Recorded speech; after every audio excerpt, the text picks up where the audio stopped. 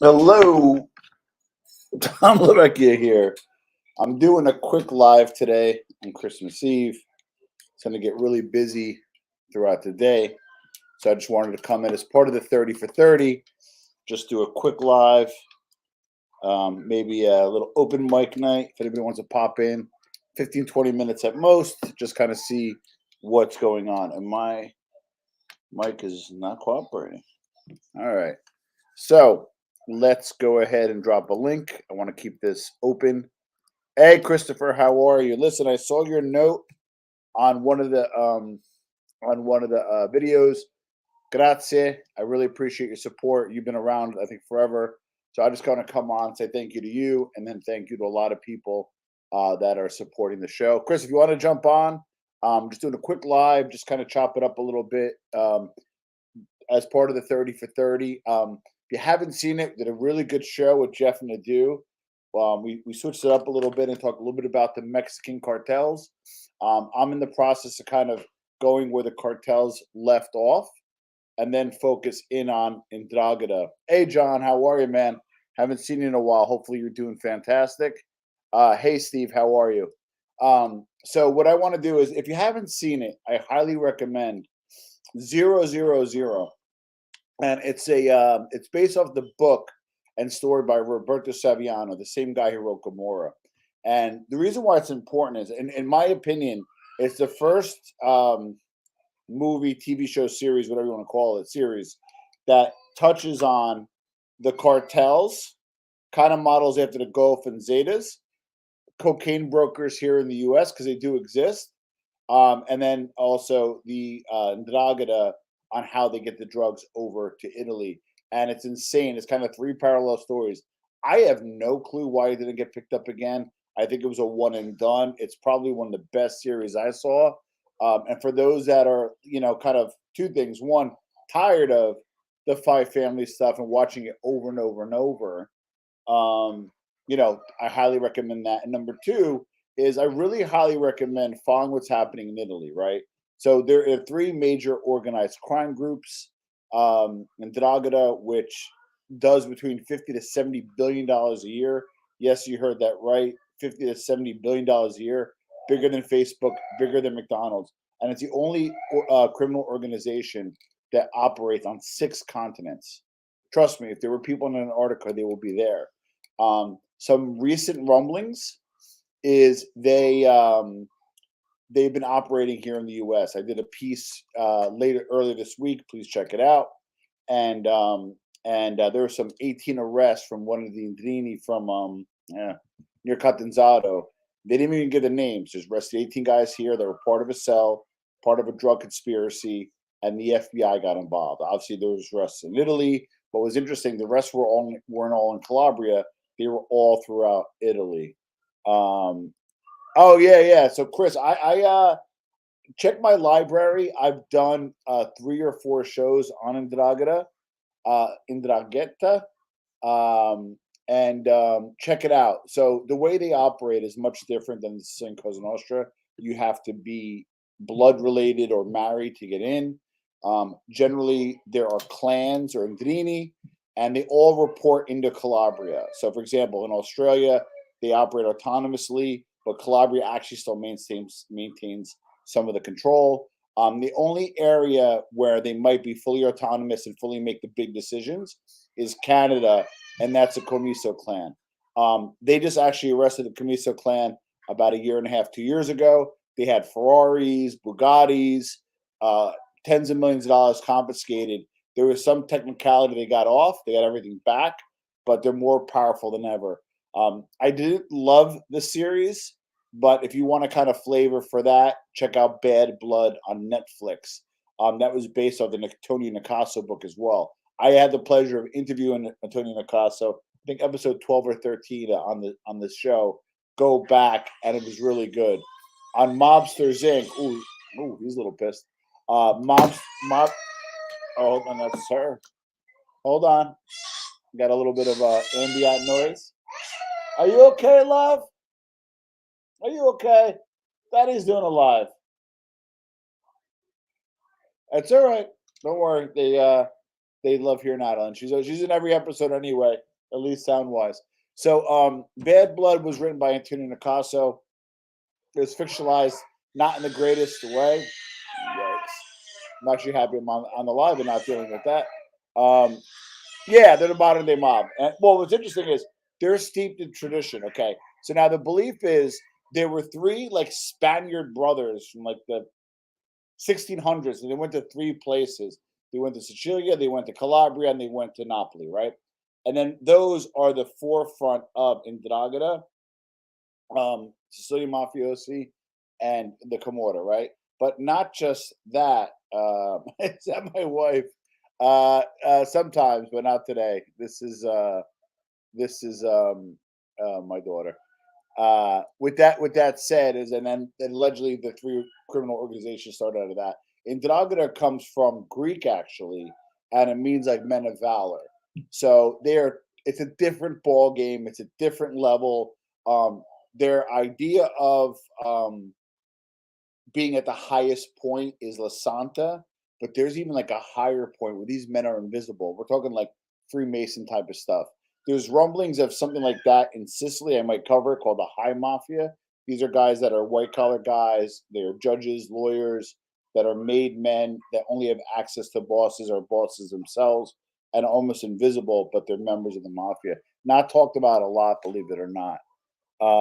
But yeah, modern day mob, Chris. I think it's a good way to kind of say. And yeah, that's my daughter. Glass of red. Little too early. Met up with Jason JSV Capital last night. We had some cigars. We met at the local cigar shop around the corner. Beautiful, beautiful place. Shout out to them, high end cigars.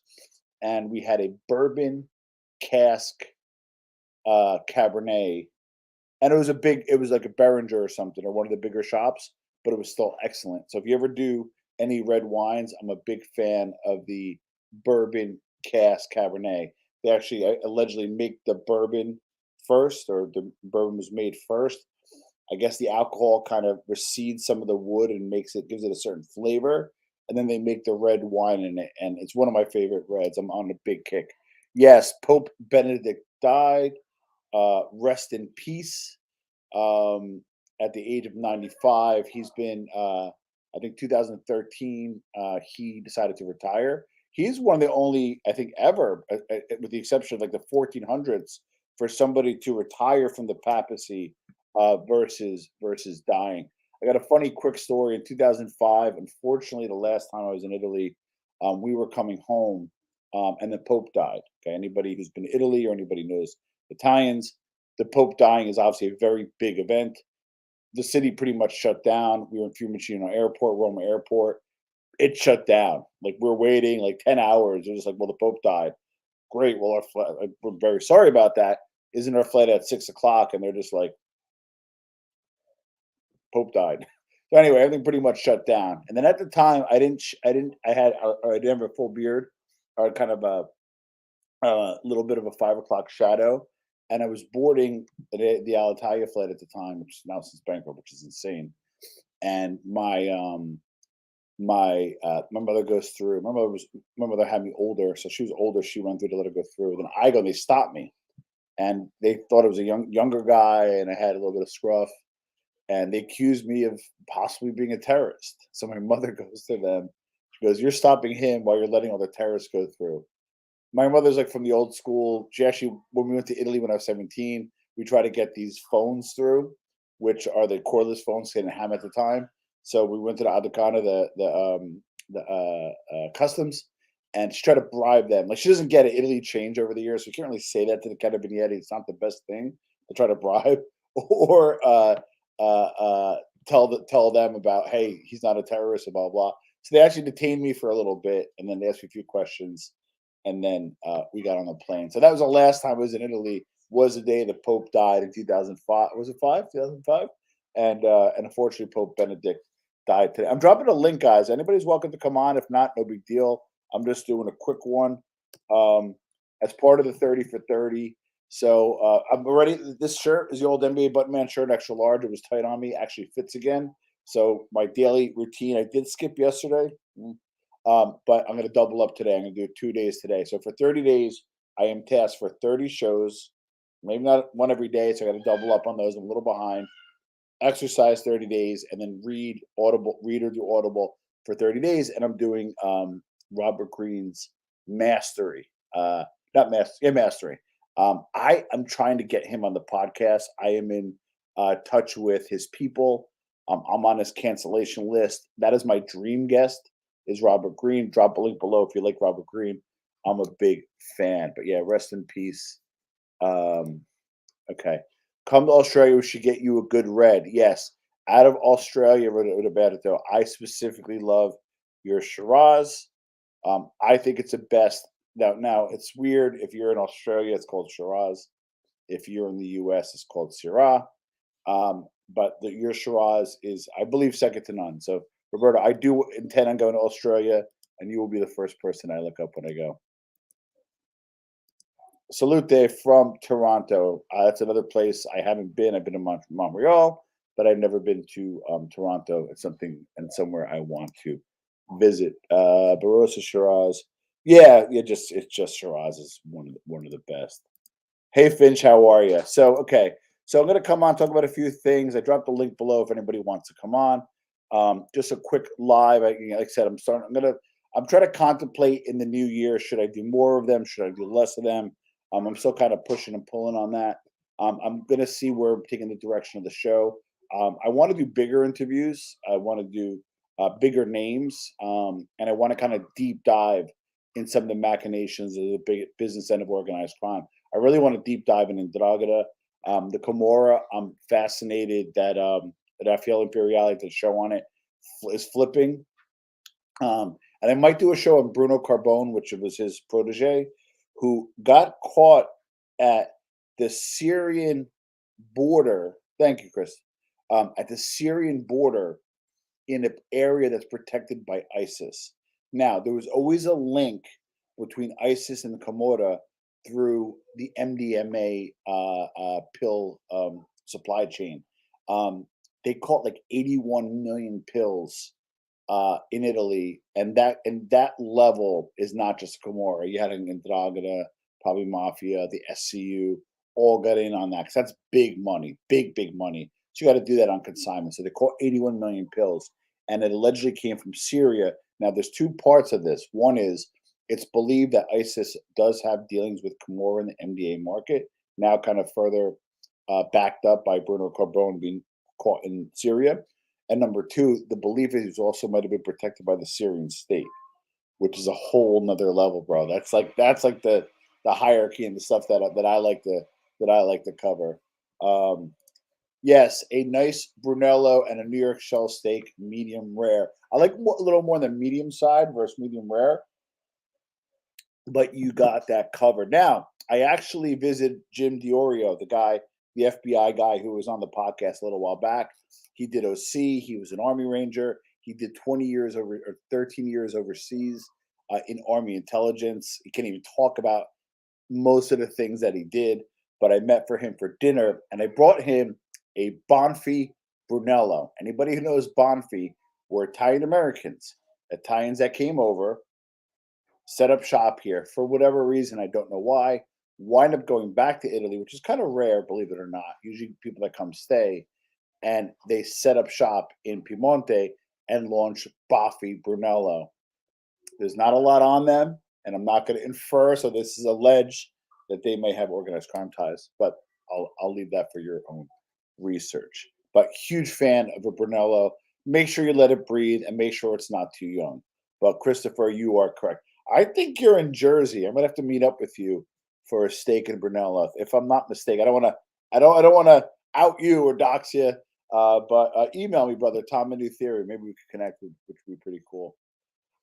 So, okay, so here's the theory. So ISIS and the Syrian state are believed to not be working together. However, there's ISIS related or ISIS protected areas. Now, you try to tell me the Syrian state couldn't, well, they're not going to go to Israel, that's for sure, but couldn't go to some of their Arab allies and say, hey, let's go ahead and knock them out, or more importantly, the Americans. That's number one. Number two, when they caught Bruno Carbone, it was an ISIS protected area, but where they caught him and who they caught them with smelled more of state protection than ISIS protection. So it's like if they're not like so if you're gonna work with the mafia, right? And ISIS is known to work with the mafia, and then the Syrian state is working with the mafia. Are ISIS and the Syrian state working together? I don't get too deep into it. 'Cause I don't want to get like extinguished, but I just want to cover the Cosa Nostra end and the Camorra end. So I do think that there's something there. Barbara Walters' work. Okay, one of my big clients and friends was actually on Barbara Walters' show. So that was pretty cool. Poppy's here. I have no clue who this is. Please don't drop your nuts in my face. Poppy, welcome to the Armchair MBA. How you doing today? I'm doing fine. I think our first time talking to you, right? Yes, So what can I yes. do for you today? What do you want to chat about? I just wanted to say you got a good program. Wow, I'm an old school guy from Brooklyn, and beautiful. I just turned 70 years old. God And bless. I like you when you're touching bases with the old school guys. So you're doing a good job and keep it up. Merry Christmas. God bless you Thank and the you. family. God Keep it bless. good work. That means a lot. And I don't know if you saw the Myron Sugarman live I just did. I think you probably have an appetite for that one. If you haven't checked that out, and if you did, hopefully you enjoyed it. Yes, yes, God bless. Well, Poppy, thanks for coming on, and yes, your support yes. means a lot to me. God bless you, son. Bye bye. God bless. Be well. Ciao, ciao. I don't. I'm upfront about these things. I don't make a lot on this show. It's more of a hobby at this point. I'm trying to figure out how to best monetize it and bring it to that next level and whole bunch of stuff. George is on the team, so I'm barely covering his nuts. I'm trying to find out like how to best get this going. But you get calls like that, or you get messages like that, or even good stuff from Chris and Big Bones. Talk and I talk a little bit. So I made some really cool people on this, and to me, networking is really important, not just for business but for personal, and it's pretty cool. I was actually in Costa's in Roseville Park. We were there for Christmas Eve. We did the Seven Fishes there because my mother passed, and now I'm doing it at my sister's house. The whole ordeal is like 20 of us, so we do dinner there, then we do dessert at our house. And there's a party next door, a retirement party for a cop. One of the cops came up to me and was like, "Hey, armchair." I'm like, "Wait a second." And the guy looked familiar. I said, "You look familiar." He goes, "No, you don't know me." I said, "Well, I know you from the show." So I literally, it's really weird, man. I gotta be honest with you. I get like stopped like once a month, like random places, Atlantic City, somebody who knew Frank Fertilino, Boston. Like I get recognized the most. Never New York, which is weird. And North Jersey, not at all. But I have been noticed a few times, and it's super weird. I gotta be honest with you. Yeah, 20 bucks a pill times 81 million. Yeah. So that was a biggie. That was a biggie. And the MDMA market, for whatever reason, and I need to research it a little bit, tends to come out of the Middle East. I don't know why, in terms of manufacturing. And then the Israeli mob, indigenous to Israel, is involved with that. And then most of it historically has come out of Amsterdam. So I found it interesting that they were kind of usurping the macro mob or whoever in Amsterdam and get it directly from ISIS. There's some cool stuff, guys.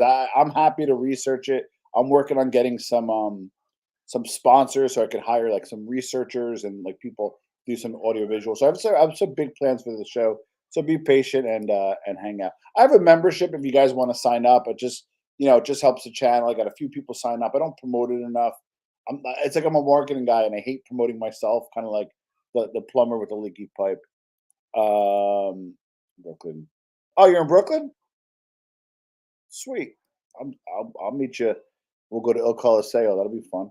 Can you could tell how interested you are in the mafia, and with being Italian, you should be because tradition's over 1,000 years old.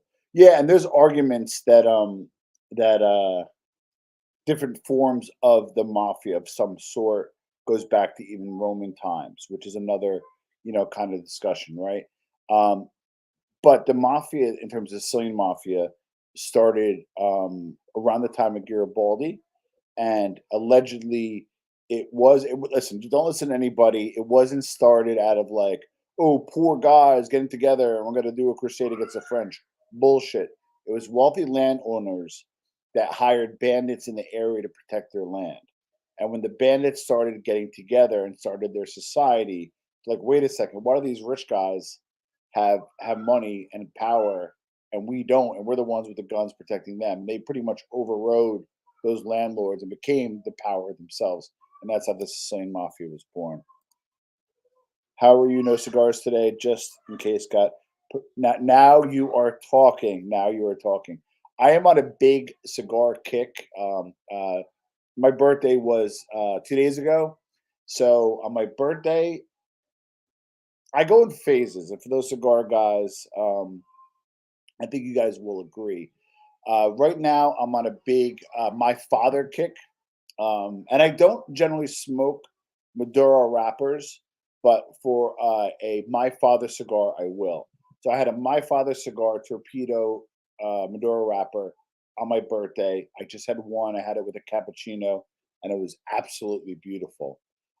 Yesterday, I met up with Jason, and I had a Fonseca. Uh, Again, Maduro, which it's rare for me. I typically like Connecticut Shade, and it was absolutely excellent. I had that with some red wine, and it paired excellent. And then I finished at a second one because I was there for a while, and then I had um, a Tabak. I like a Tabak as a kind of a finishing cigar. It does pair well with wines, certain wines, but I'm a big Tabak fan, and I do go in waves.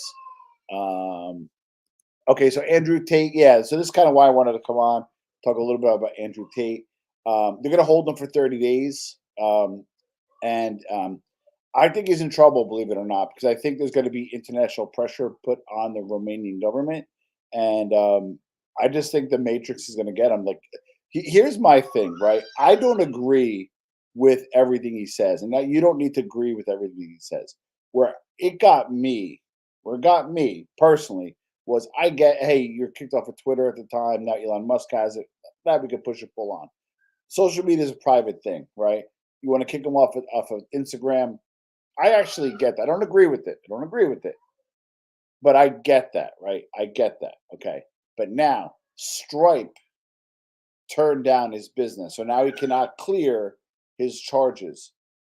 I can't use your merchant services because we disagree politically. And there's a few other things that he got shot down on that I was just flabbergasted by and never thought in a million years it would happen.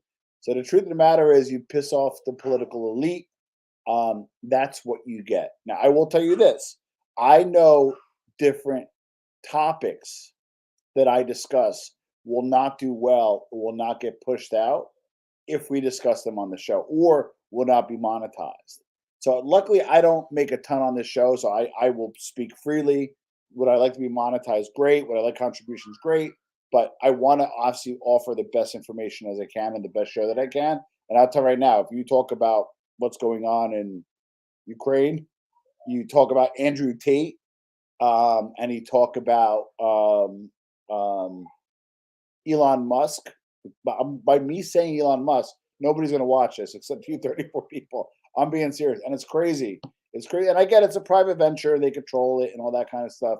But as anybody knows, I'm a pretty big free speech guy.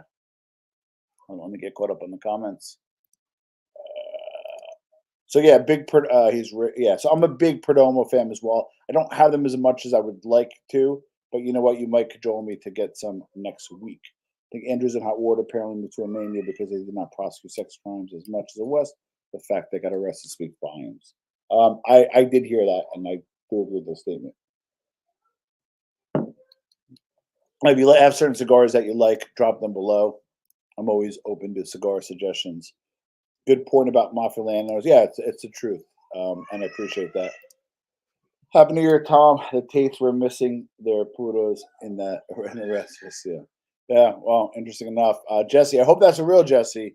If that's the case, I'm gonna drop the link again. I just want to pop on and chop it up a little bit. I was so happy that Poppy came on to say some cool words. Again, and let me know. Should I do more lives, or do you like the more pre-records? The data shows, and I gotta that's George, by the way. George, happy New Year, buddy. And support his channel as well, Dirty Kingdom. So it looks like, believe it or not, as much as people complain about the shorts, those do the best. And then also my short videos. So if I come on and do like a 4 to 8 minute video on like Andragada, or Kimura, or whatever. Those actually do better than a lot of the other stuff that I do, especially lives. And then obviously interviews do better as well, and I have some pretty good ones coming up. Tate is a punk. A lot of people do believe that, and again, I may not a big fan of his, but but I don't think he's a punk. But I always welcome your opinion and suggestions. Did a pizza box really get him caught? Yeah, supposedly they triangulated him from the pizza ad. Supposedly, I think he knew it was coming. He was spending a lot of time in Dubai and London. They got him as soon as he returned home. Yeah, so Dubai is really friendly extradition laws. And my understanding, if he was in London or England, a less of a chance of him getting extradited um, to Romania. So yeah, it's a crazy time, man. Free speech is a right. We should all have that guy. You're a YouTuber. You want that. Well, yeah. So it is a right in terms of political and like constitutional. When it comes to private companies, I don't need to be on YouTube, so they control the ball. I thought at times of maybe going on to Rumble. I thought at times of just doing straight Patreon.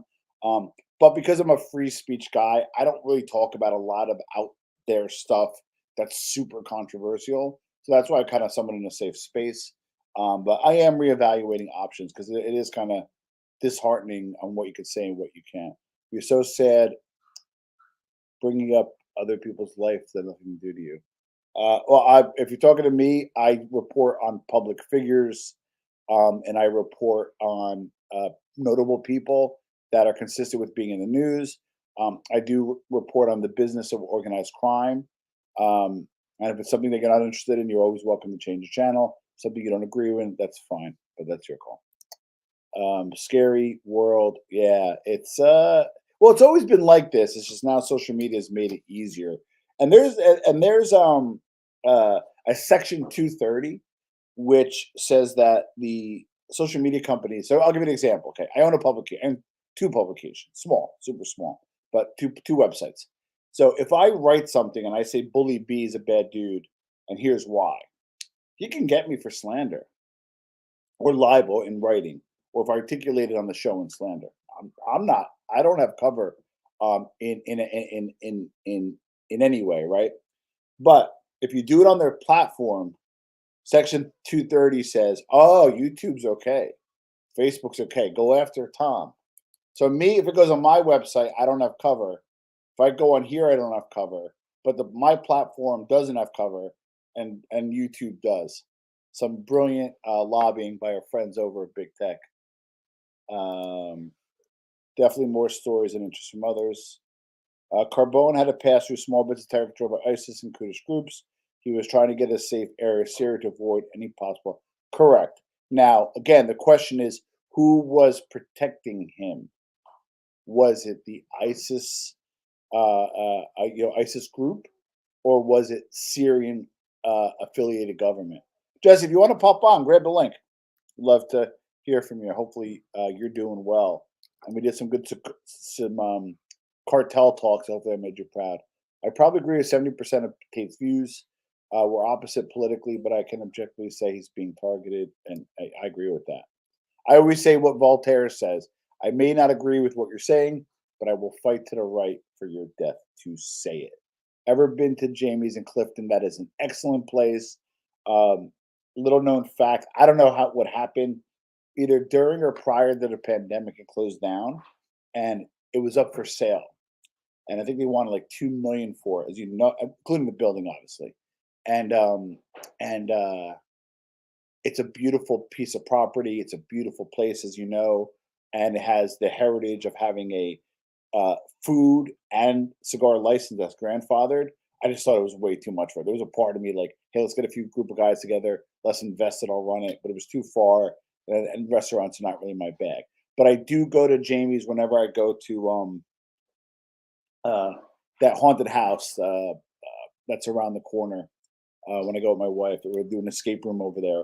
My wife and I've been there multiple times. I like it a lot. If he's inside, who's tweeting from the sky? Social media manager. He's got a team. I do praise not. Yeah, I do hope that he didn't do what they said he did for his sake, and then listen, innocent to proven guilty. But he's found guilty, I'd be the first person to condemn him. So how many captains of five families at the minute? I'm sure something. No, no, no. Gambinos have a lot more than eight. A lot more. I know, not peak, but Gaudier was about 26. I heard they're down to about. Oops, I gotta hold this mic. This thing. This my daughter totally screwed my thing. I think they're down to 15. That's my understanding through sources that I've spoke to, and they're in groups of about 10, and some have more than 10 crews. I still heard around 200 guys, so maybe 15 captains and about 200 guys total, give or take. No respect for women. Take Yeah, you know what it is. He has a very misogynistic view, and again, I do appreciate some of the things that he's saying, but I also don't agree with some of the other stuff. Would I want my daughter to date him? The answer to that is no. It took down my heroin field walkthrough. Interesting. And you did a heroin field walk. Can you send that to me privately? You know what you do, Jesse? If you don't want to do Rumble, I know some people don't like it politically. Do Vimeo and password protected. They can't F with that. And just give out the password for people that want to see it. So, Jesse, if you could email that to me, um, I'd be interested to see that because you have those. Jeff Ledoux and I talked about this when the Mexicans cornered the cocaine market because they shut down the pipeline on the East Coast. They already kind of had the weed market ruled, and then they wound up taking over the opium market because they were able to grow it in Mexico. And in my opinion, because of the fall of the Italians got out of it. The Sicilian mafia got pinched. Pizza Connection and so forth was pretty much behind them. Nicola Messi took over in Italy, and they were still importing to U.S. and other areas, but the Italian market share was nil. That's when the Mexicans stepped it up in the coke, in the heroin, as well as the weed trade. So yeah, so Andrew Tate got arrested. We kind of know what's happening there. Also, the Idaho murderer. That's pretty interesting. Um, what's his name? Brian Koberger. He's 28. Charged with 4 counts of murder. Um, Criminal justice major. You can't make this shit up. And not even like just like, hey, like maybe some like weirdo and like whatever, but like obviously something not right with him if he did that. But criminal justice major, and then also has his, I believe, master's degree in criminal justice. I wanted the profilers with the FBI how to get involved, and they had him as the unsub. I wonder if that's how they found him and reverse engineered it. I just thought that was really interesting. So, reported that the main victim that filed a complaint against Tate Brothers is an American woman. That's some food for thought. I don't know if you guys know how he made his money. He says casinos, and he might have gotten some money that way. He would get women and put them up on OnlyFans, and a girl can go on OnlyFans and she can just pop on and do really well, especially if she's attractive, right?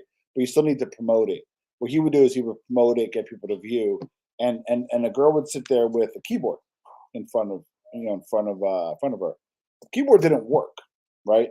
So what they would do is they'd be in a room with 3, 4 guys with 20 different women on keyboards, and they would type in what to say. So when they would type it in, like, let's just say, oh, I see a OnlyFans model, and she's like, wow, you're so beautiful, Tom. It really helped me out if you give a donation and blah blah blah, and I'll do this or that or whatever that is, right? And she'd be typing. People would think it's her typing it, and it's really Tate and his brother and his team typing it, and they knew how to kind of get these guys going and get the most money from them, and that's kind of how they started.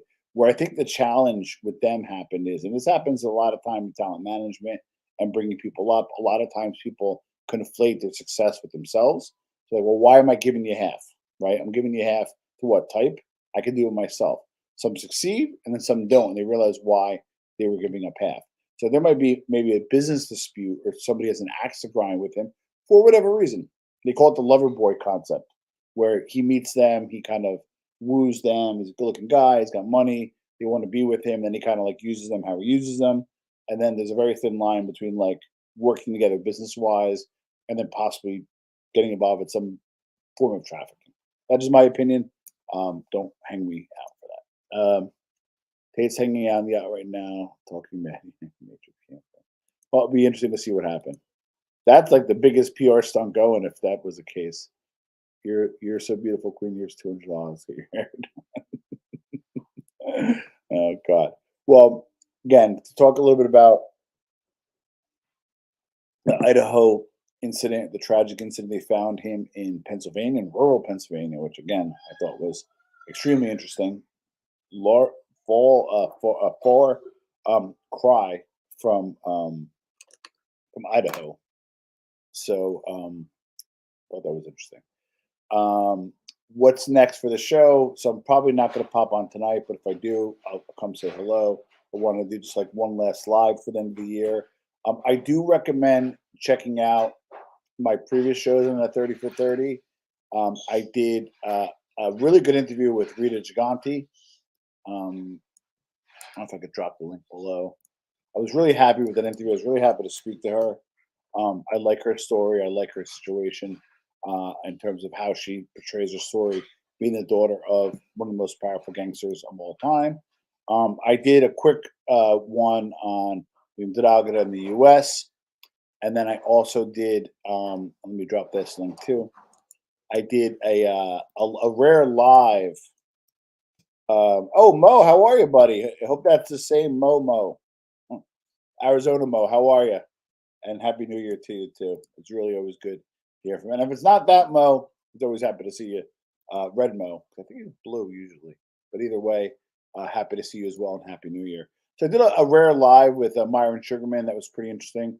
Talked a little bit about Jerry Katina, a little bit about Meyer Lansky, some of his. Oh, it is you, Mo. Cool, great seeing you, and Happy New Year to you. Hope you enjoyed a nice cigar and glass of red wine tonight. Check out the Myron Sugarman. I had Derek Galanis on. We covered the LA mob. I'm really fascinated with that. There's still more I want to do with him. He's got an interesting story. His father was actually like the original Bernie Madoff. Yeah, Sugarman's a good dude.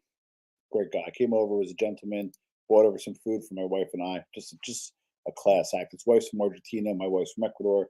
So we're speaking Spanish to her, speaking Italian to me. The guy is just a class act. So the Derek Galanis interview is also up there on 30 for 30. I like that a lot. I'm, really interested in the West Coast, Cosa Nostra. He was kind of mixed in with Tommy Gambino, Rosario's son. So if you haven't seen it, please check that out. Did another Frank Fiorellino came back on, and we talked about the Knickerbocker Avenue Zips. The reason why I kind of going down that rabbit hole, revisiting that, is I interviewed Mike Vecchione on Mobsters Inc. Please check that out. And we talked about Luigi Roncesvalli, Homicide is My Business, an insane story about how he came over from Sicily and was a hitman for the mob. Check that out, the Mike Vecchione interview, but also check out the Frank Fiorellino interview where we talk about the Knickerbocker Avenue Zips. And then lastly, Jeff and I chopped it up on talking about the cartels. Your favorite interview of 20. I'm assuming you're saying 2022. I was going to do my top 10. I was going to do my top 10 interviews of 2022, because some really good ones. Sean, I don't want to answer because I'm going to do a video on that. But how about this? I will, ooh. How about this? I'm going to say it's my favorite, but doesn't mean my best. My favorite was with Salvo Reno. The fact that I was talking to Totorina's son and asking him about his father in real time was insane to me. Close number two is Sammy, and a close number two is Pablo Escobar's wife. So these are close number twos. The reason why Sammy wasn't number one, because I just Salvarina, Totorina. I'm not knocking Sammy. He does a lot of interviews. We're Salvarina. This was his first ever U.S. interview. I did it in Italian, which was special for me. My Italian could be a little better, but it was special to me. His first ever U.S. interview, and I think his second ever interview ever. So like, I'm still like, it only did like 40,000 views. I don't want to boost it because I wanted to see what it would do naturally. You can boost it through YouTube ads and stuff, which I probably will. Because I wanted to get out there more. But yeah, it's like one of those things that like those that know, and those that don't know don't care. But that was probably my favorite interview. But good question. But I will do my top 10 interviews. Maybe I'll do it tonight if I have time. So, all right, that was pretty much it. I just wanted to come on, chat a little bit about Andrew Tate, a little bit about the show, what shows to check out, and then with what's his name, Brian Korberger getting caught in Western Pennsylvania. Crazy. I don't get, and I'm not as in tune with what exactly happened. I should be. I'm not. I'm following it enough, probably casually, just because of time. But I don't understand how there's two people downstairs who didn't hear anything. So I need to kind of like Nancy Grace it a little bit and see what's going on there. Yeah, I was really proud of that one. And for those that, okay, so some people don't like subtitles. Um, it was in Italian with English subtitles, spent a lot of money on it to get it done. So what I did was there was an English version with me speaking English and then him answering in Italian, but voiceover English with a translator. I didn't do it; it took too much time, and it was very costly, by the way. So there is an English audio version along with the Italian version with subtitles. So if you haven't seen it, check out the channel as well. And again, if you guys want to support the channel, we have this memberships. I think it's from $70. I think it's $100 one. That if you want to get some business advice from me on a monthly basis, dramatically reducing my rate. But if it comes to the show, I'm happy to do it. So I really want to get this going. I want to get a studio for next year. I'm working on getting some bigger sponsors next year. I have some stuff lined up, and I even had some viewers reach out that want me to research certain things and are willing to fund pretty cool, which is interesting. The facts are sparse anyway. Yeah, good point. I gotta get caught up on that. They're not zips, it's Sicilians. Yes, Frank Fiordolino made sure I knew that was a derogatory term towards Sicilians, and he aptly reminded me of that. In college, you ignored other noises in the home, like a effing zoo. Plus, others were probably drinking earlier and crashed. Yeah, does that again? I understand the little knowledge that I have. I think it was a party house, so it might have been consistent with a lot of people kind of coming and going. But that's crazy. And then I think some of them had defensive wounds, which I guess when some of them got killed, other people got woken up or alerted or something. But crazy stuff, man. Crazy, crazy stuff. So listen, buon anno, happy New Year, everybody. On behalf of myself, my family, and George from UK, I want to thank you for making the channel a success. We just eclipsed 21,000 subs. We got big plans for next year. I'm really working on some big interviews. If you want to join up for the membership, I think there's a link. I should really know this stuff. Where's the link? Hold on, let me find it for you guys. I'll put it on the community, or it should be in the description. I'm the worst promoter. It's a way to help the channel grow. These interviews do cost some money, whether it be editing. Again, people always say I pay for all my interviews. Not true. I've only paid, I think, a total of 6 guests in my entire career out of 450 interviews. But some require guest fees, or they require travel fees. So it does get expensive. I've been out of pocket this year. We ran out of loss for this year, but I do believe in grow or die, and we grew the channel nice. And I think for next year in 2023, we position the channel up for success. And it doesn't matter what I say or do; it matters what you say or do. So again, from the bottom of my heart and George and my family, whom I got to tend to my son, I really appreciate it. Don Vito, grazie per tutte, and I'll see you guys next time. I might jump on later on the Armchair MBA.